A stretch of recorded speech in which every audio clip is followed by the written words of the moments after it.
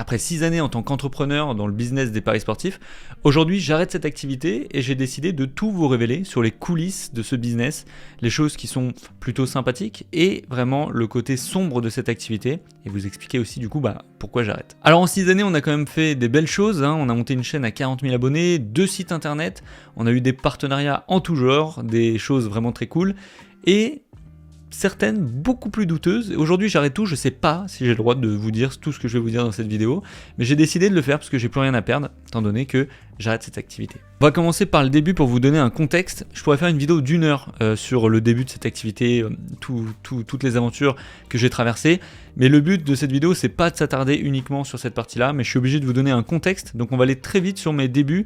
Comment j'ai créé cette activité. Alors on est en 2017, à l'époque je m'intéresse à l'entrepreneuriat, j'ai envie d'entreprendre, créer quelque chose, le voir grandir, le développer et je cherche comme tout le monde la bonne idée. Je cherche le truc hyper intéressant de me dire voilà comment est-ce que je peux créer une entreprise ou un truc, il me faut une idée révolutionnaire etc.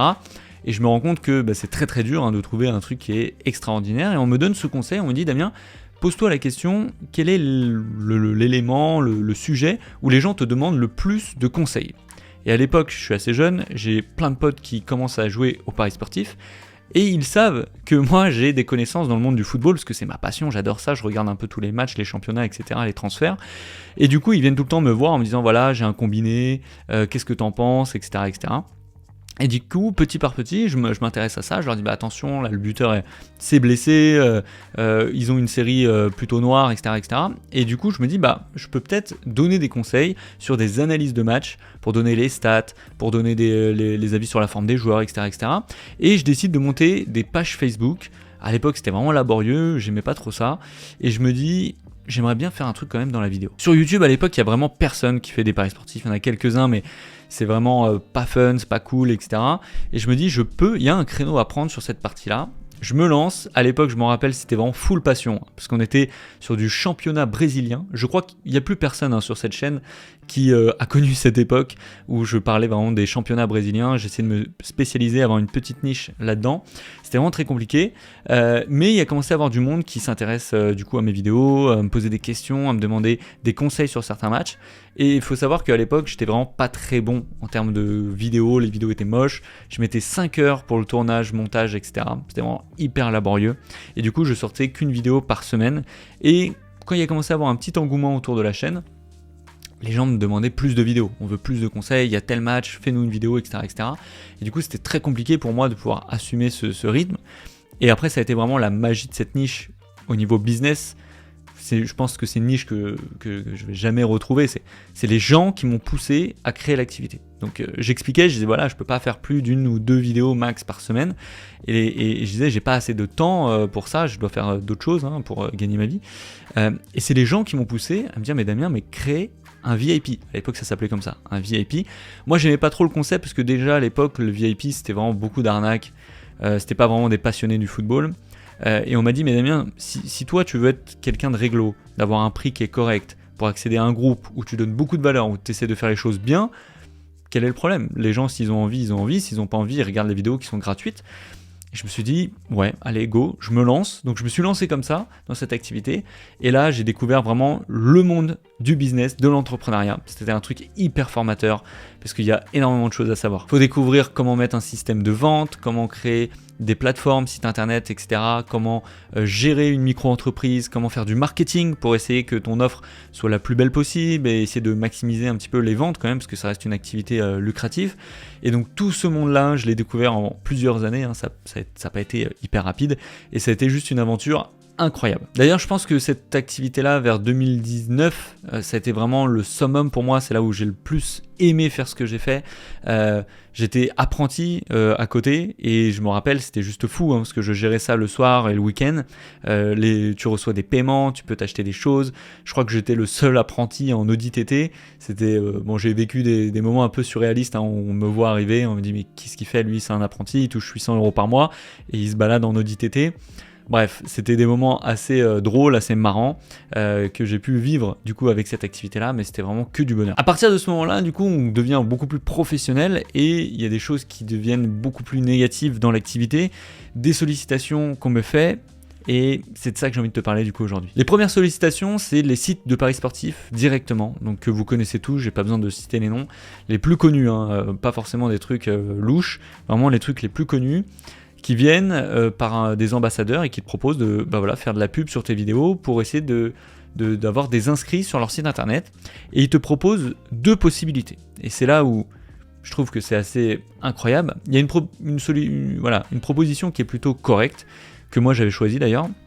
C'était qu'à chaque inscrit, tu touches une commission fixe. Donc à l'époque c'était 60 € par mois. Donc dès qu'il y avait quelqu'un qui utilisait un code ou un lien ou un truc pour s'inscrire sur un des gros sites, je touchais 60 € par inscription. Puis après je touchais plus rien.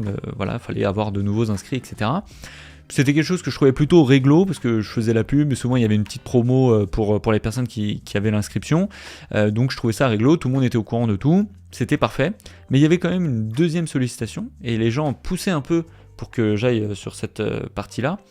C'était un partage des pertes des parieurs. Donc c'est simple, le parieur s'inscrivait au site, moi je touchais rien à ce moment-là, et à chaque fois que le parieur perdait 1 €, moi je touchais la moitié. Et donc là pour moi il y avait vraiment un gros problème à ce niveau-là, c'est-à-dire que quel est l'intérêt du coup du tipster de donner des bons conseils, sachant qu'il va être gagnant si le parieur perd son pari sportif. Et en soi le tipster lui il a beaucoup plus d'intérêt financier à faire perdre, puisque du coup les sommes vont être bien plus grosses que 60 € une fois et après il touchera plus rien. C'est-à-dire que si au bout d'un moment il a 1000 inscrits et que chaque personne perd de l'argent, tous les mois il s'en met plein les poches, et s'il tombe sur le jackpot, c'est-à-dire quelqu'un qui a beaucoup d'argent et qui va perdre beaucoup de sous, là il s'en met plein les poches et on parle de sommes beaucoup plus importantes que 60 € par mois. Donc ça c'est une des premières choses que je voulais vous dire, parce que pour moi c'est juste scandaleux de faire ça, parce que les gens ne sont pas au courant que tu vas être rémunéré sur des pertes, et en plus tu as plus d'intérêt en tant que tipster à avoir des gens qui vont perdre de l'argent plutôt qu'avoir des gens qui vont en gagner. Gros problème de conscience à ce niveau-là. Donc ensuite j'ai eu des propositions d'affiliation sur des choses vraiment merdiques, souvent liées au trading, à la crypto-monnaie, ce genre de choses. J'ai toujours refusé ces trucs-là parce que c'était juste une catastrophe en termes de propositions, mais on me proposait des sommes qui étaient des fois énormes, On m'a proposé des fois 500 € par inscrit. Donc j'ose imaginer un peu combien se font ce genre d'escrocs une fois que les inscrits sont faits, pour pouvoir proposer 500 €. C'était juste monstrueux. Je pense qu'il y a des gens qui ont accepté ce genre de proposition parce que c'est tellement énorme que forcément il y en a qui sont attirés par l'appât du gain. Moi j'ai toujours essayé de faire les choses clean, donc j'ai pas été sur ce genre de truc. Je voulais monétiser mon activité, mais je voulais pas me retrouver non plus en prison. Ensuite il y a eu des propositions de sites de paris sportifs qui ont été très populaires, qui sont pas légales en France, et ça on me l'avait dit, on m'a dit t'as pas le droit de clairement le dire, faut que tu trouves une solution pour le dire de manière vraiment détachée. Des sites de paris sportifs qui étaient pas en France, qui étaient souvent basés en Belgique. Et là, j'ai entendu des choses qui étaient juste scandaleuses. Ce qu'on m'a expliqué, c'est qu'en gros, les paris sportifs, eux, ils s'en foutaient, que c'était pas comme ça qu'ils gagnaient leur vie, et qu'en fait, ils voulaient attirer le monde des paris sportifs sur leur site internet, et ensuite que les gens aient accès très facilement à la partie casino de leur site. Donc peut-être que vous voyez de quel site je parle. Et en fait, c'est là où ils plument les gens. Sur la partie casino, ils ont dit voilà, nous c'est là où on a la plus grosse rentabilité, c'est sur la partie casino, parce que les gens perdent leur argent.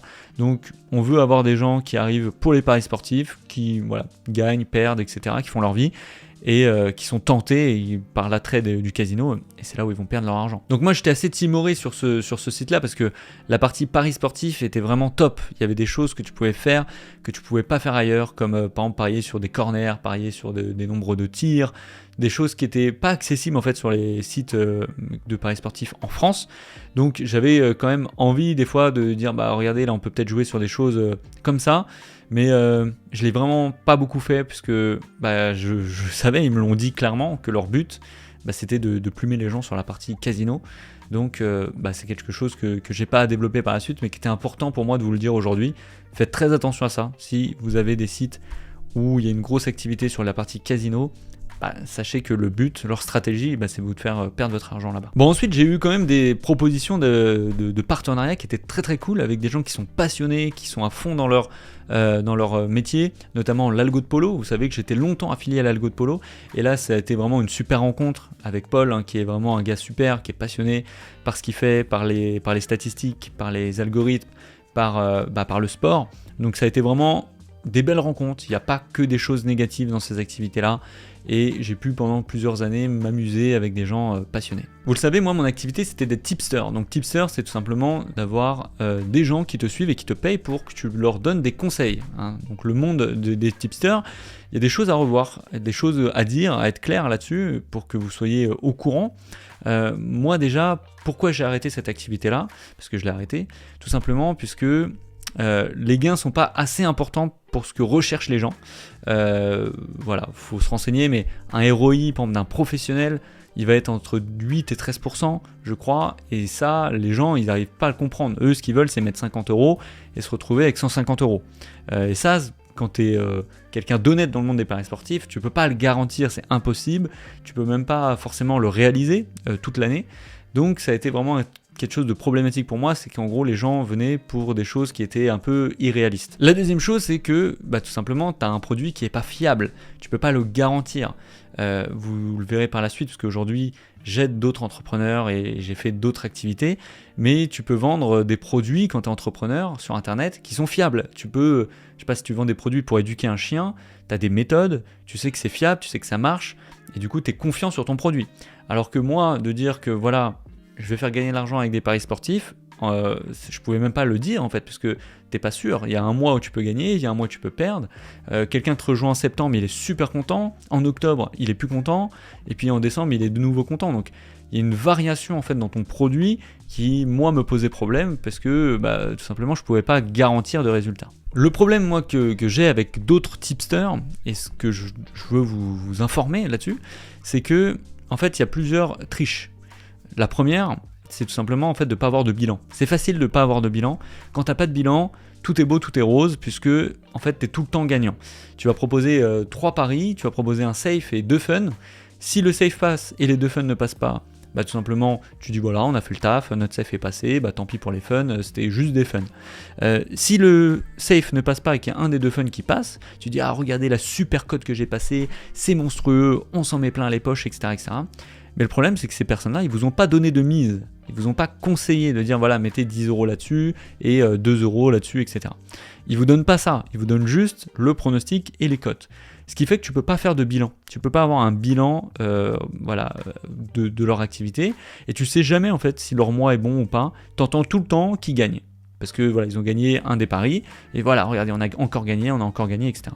Et donc ça, c'est vraiment un des trucs problématiques. Moi, j'avais essayé sur mon dernier site internet d'avoir un autre système où justement on voyait les stats réels de l'activité. Et du coup, ça amène à être moins performant en termes de marketing, parce que tu vois que les gains peuvent être sympas, mais c'est pas non plus des trucs incroyables. L'autre problème aussi que j'avais sur la partie des tipsters, c'est que pour le marketing, ils surstimulent les joueurs à jouer plus, à avoir un marketing très agressif.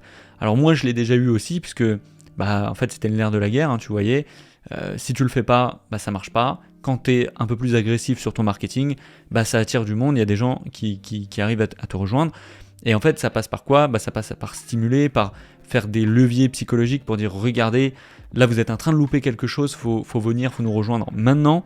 Et je trouve que sur une activité qui est vraiment bonne, comme apprendre des choses pour développer une activité, pour apprendre la musique, pour apprendre je sais pas, à éduquer son chien, ce que je disais tout à l'heure, c'est des choses qui peuvent être intéressantes, même si moi je suis pas hyper fan du marketing agressif, parce que les gens vont vraiment avoir quelque chose de positif dans leur vie. Mais le monde des paris sportifs, on le sait, ça reste quand même des mondes assez dangereux, où il faut faire attention, où tu peux avoir des addictions, où tu peux perdre de l'argent, etc. Et donc, je trouve que c'est vraiment un problème dans ce business des paris sportifs, des tipsters, etc., d'avoir des gens qui surstimulent et qui ont un marketing qui est vraiment très agressif. Bon, je pense que vous avez compris un petit peu pourquoi j'ai arrêté cette activité, mais qu'est-ce que je fais maintenant ? Qu'est-ce que je fais depuis plusieurs mois ? Parce que vous voyez, il n'y a plus de vidéos tout simplement sur cette chaîne. Est-ce que j'ai tout arrêté ? Est-ce que je vis paisiblement de mes rentes ? Pas du tout. En fait, toute cette aventure m'a permis d'avoir 2 choses. Une passion qui s'est développée pour le monde de la vidéo, j'adore faire des vidéos, et ce qui m'a poussé vraiment à continuer cette chaîne pendant 6 ans, ça a été ça. J'adorais faire des vidéos, trouver des concepts, développer mon matériel, etc., faire du montage et vraiment ça a été une nouvelle passion pour ça. D'ailleurs j'ai ouvert une petite activité là-dessus où j'aide les gens tout simplement à faire des plus belles vidéos, à avoir des conseils sur le matos, etc. Donc c'est vraiment un truc un peu passion que je fais pour le moment, mais qui peut, je sais pas, peut-être se développer. L'autre chose que j'ai appris surtout, c'est vraiment la partie entrepreneuriale et business.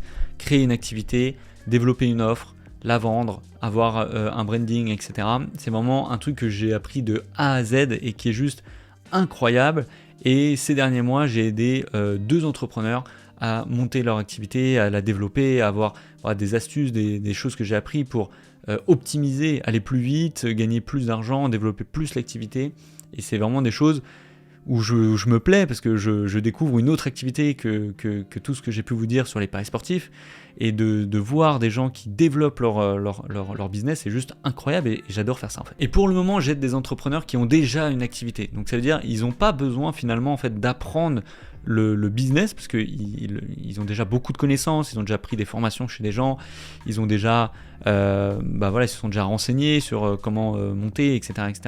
Mais en fait j'ai remarqué, et beaucoup ont ça, ils ont des activités, ils ont des choses, ou alors ils ont envie de faire, mais en fait ils passent pas à l'action.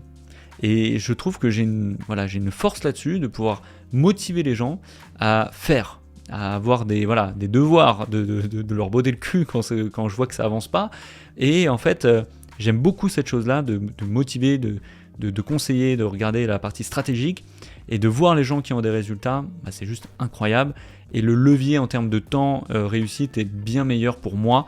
Donc c'est pour ça que je me suis lancé dans cette activité-là. Et aujourd'hui, la chaîne elle est à l'arrêt, vous le voyez, il n'y a plus de vidéos, je commence même à enlever un petit peu tout ce qu'il y avait parce que c'était aussi une des raisons pour lesquelles j'ai arrêté. L'image des paris sportifs est vraiment pas très bonne quand t'es entrepreneur. On te demande tout le temps, mais t'es quoi, t'es à Bali, à Dubaï, pardon, est-ce que t'es un arnaqueur, etc. Donc j'aime pas ce truc-là. Moi, ce que j'aimais, c'était le côté passion du football. Et après, bien sûr, de créer une activité qui est ludique et qui est assez intéressante et qui est propre surtout. Mais t'as quand même une mauvaise image. Donc aujourd'hui la chaîne est à l'arrêt et du coup j'ai envie de tester quelque chose. Ça va être 10 vidéos. 10 vidéos que je vais vous faire, donc là c'était la première de cette petite série où on va parler de business, on va parler de comment ne pas être une superstar sur internet mais d'avoir une petite activité, soit complémentaire, soit une activité principale qui se développe sur internet, très simplement, en étant propre, en étant correct et en aidant pourquoi pas des gens du coup sur cette partie-là. Alors pourquoi 10 vidéos, pourquoi je me lance pas complètement, c'est que je sais pas, voilà, on est 40 000 sur cette chaîne, vous m'avez rejoint pour l'amour je pense des paris sportifs, l'amour du football, et du coup peut-être que ça ne vous intéresse absolument pas, peut-être que vous êtes salarié et vous êtes très bien là-dedans, que ça vous intéresse absolument pas de développer une activité sur internet. Donc j'ai décidé de faire un petit test, 10 vidéos qui vont parler uniquement d'entrepreneuriat, de business, de monter des activités, etc. Donc je vais vous donner full conseil sur mon expérience, des anecdotes, etc. Et je verrai au bout de ces 10 vidéos, est-ce que ça intéresse assez de monde, est-ce que ça n'intéresse personne, et je déciderai est-ce que je continue ou est-ce que j'arrête. D'ailleurs, si c'est quelque chose qui t'intéresse absolument pas et d'ailleurs où tu es contre, ne viens pas m'insulter en commentaire, ça sert à rien, mais désabonne-toi. Il y a un petit bouton se désabonner. Peut-être qu'on va passer de 40 000 abonnés à 3 000 abonnés, mais si c'est 3 000 abonnés avec ce sujet qui intéresse, je serai très content de ça. Donc voilà les amis, j'espère que cette petite vidéo vous aura plu sur les coulisses un petit peu des paris sportifs, de ces 6 années d'aventure et de surtout ce que va devenir la chaîne. Donc si ça t'intéresse, tu peux t'abonner, tu peux me mettre un petit message, de demander est-ce que ça t'intéresse. Si tu as une activité, marque-moi en commentaire. Oui, j'ai une activité dans tel domaine et j'aurais besoin de conseils sur telle ou telle chose, parce que c'est des choses où je peux t'aider, je peux faire des vidéos pour t'expliquer comment ça fonctionne. Donc je vous dis à la prochaine. Je suis ravi d'avoir passé les 6 années avec vous pour ceux qui vont quitter cette chaîne. Et je vous dis du coup à bientôt pour une nouvelle vidéo. Ciao les gars.